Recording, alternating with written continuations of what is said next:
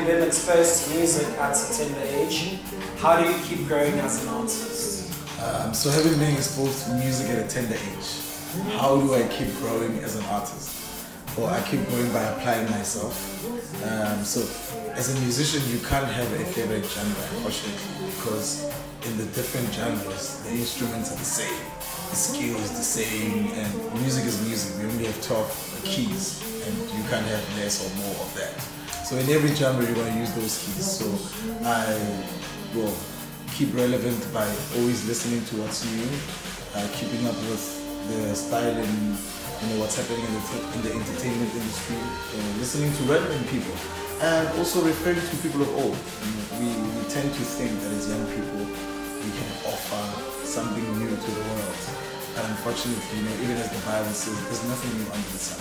So everything is just a rotation, like a recycling. Life is like a recycling. So if you don't check what the people of old used to do, you might think that you're starting something new while actually continuing something old. So if you know it, you could just do it with ease instead of, falling along the way.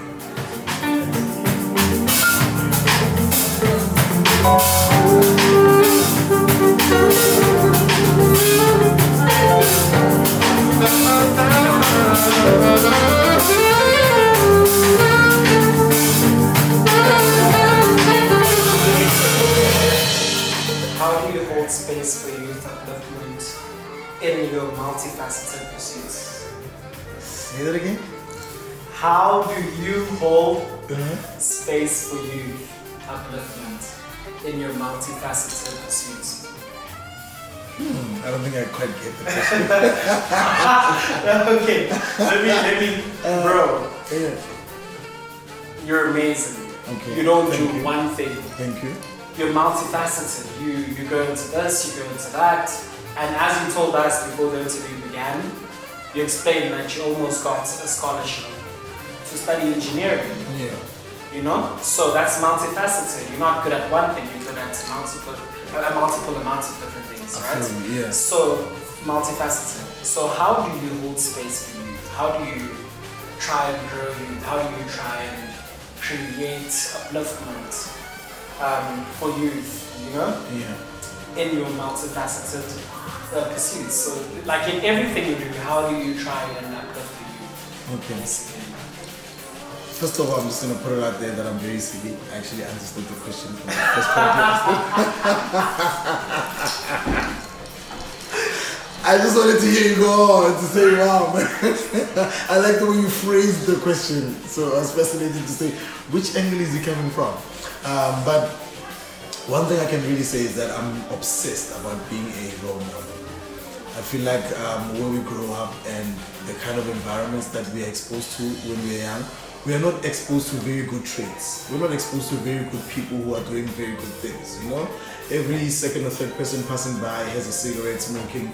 So like a 3 or a 4-year-old seeing that person thinks, oh, this is a sign that I'm grown, So when I grow up, I need to do this to show that I'm grown, or this is how I'm gonna be accepted as a grown-up, Because we are constantly being fed wrong examples, but the same life. So we assume that the people who might be doing wrong are doing right, So what I want to do, or the space that I want to feel, is try and be a positive role model, and I will say this as well, that the problem with young people or younger people in the society is that we are quick to identify someone who has failed in life. We can easily say, I don't want to be like that person has failed, but we don't realize that we are doing the same thing that person was doing when they were our age. So in other words, we are saying we don't want to be like that guy, but we are doing the same things that made him the person he is today, And so I just want to be that guy who also informs the young people to say, hey, some things might look right for now, but they're actually leading you astray, And I want my music to do that. I want my speaking and my communication and whatever it is that I involve myself into. I want it to be a positive build-up to educate young people, to bring light, and just to improve love and positive living.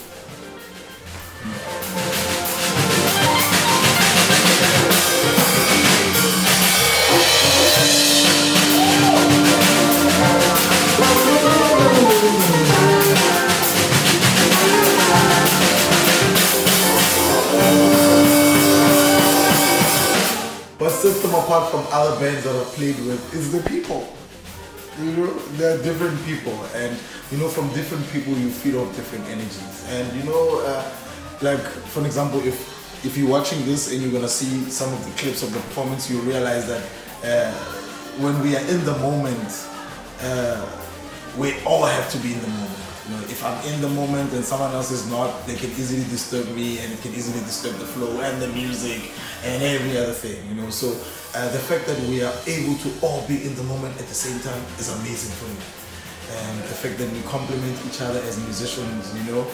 Most of these guys are actually like people I share relationships with, like my brothers. One of them is my cousin, and one of them is someone I went to school with. One of them is someone I met at church. One of them is someone we have memories of a festival together and stuff. So whenever we are on stage, all those things come together and we just bring the fire.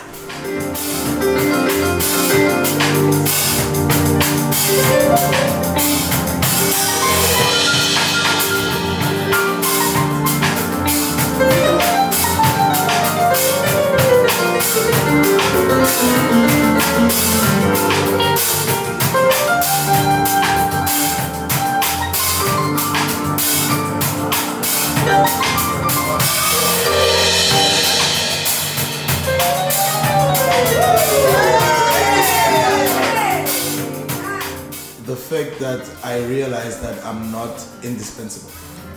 So meaning I'm not the only one that God can use to do what I'm doing.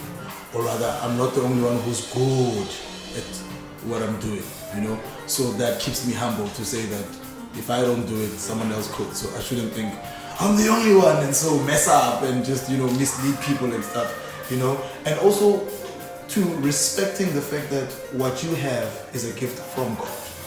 You know, that it's not like I was born with it and so I can just do whatever I want, you know. I still have to account at the end of the day to say, I got this gift and what am I doing with it? Is it impacting people in a good way or in a negative way, you know? Number 3 is the confidence that a lot of people can do what I do, but no one can do it like I do it, you know? Like there can be a million drummers in the room, but no drummer will ever play that beat the way I do it. We can play on the same drum kit, play at the same time, but no one can do what I do the way I do it, and that's my superpower. And that's what has kept me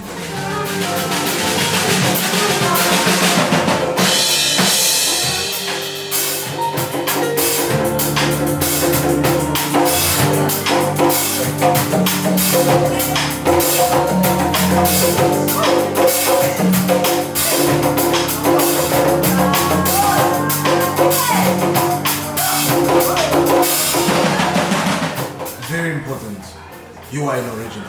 That's number 1. Number 2, you are the prototype. Not the thing that's gonna come out from the prototype, but you are you're the it, you know. And most times, what discourages us is that we get into a new place and we want to check what other people are doing so we can fit in, not realizing that we are supposed to bring the new thing that's supposed to come into that place at that time, you know? And not realizing that you're a prototype is gonna make you look for yourself in other people. And obviously you won't find yourself. And therefore you'll start thinking, maybe you're at the wrong place, or maybe you're doing the wrong thing, or maybe you're the wrong person. Or else, those are the wrong questions to ask. You know, you need to realize that you are the original that's gonna bring other originals, you know, to pass at some point, you know. And so it means that you might not find people that are doing things the way you do them, but it doesn't mean you should stop. It just means that others will come following your pattern. You are the first one to bring it. So don't be afraid, you know, and be creative. Don't let anyone box you. Don't let anyone cap you and say you can't do this, or you're too good for that, or you're not good enough. Do it. If you're able to, do it. Whatever your hands find to do it with all your might, because that might be the last time you get that chance. Be creative. Do it, man. Do it.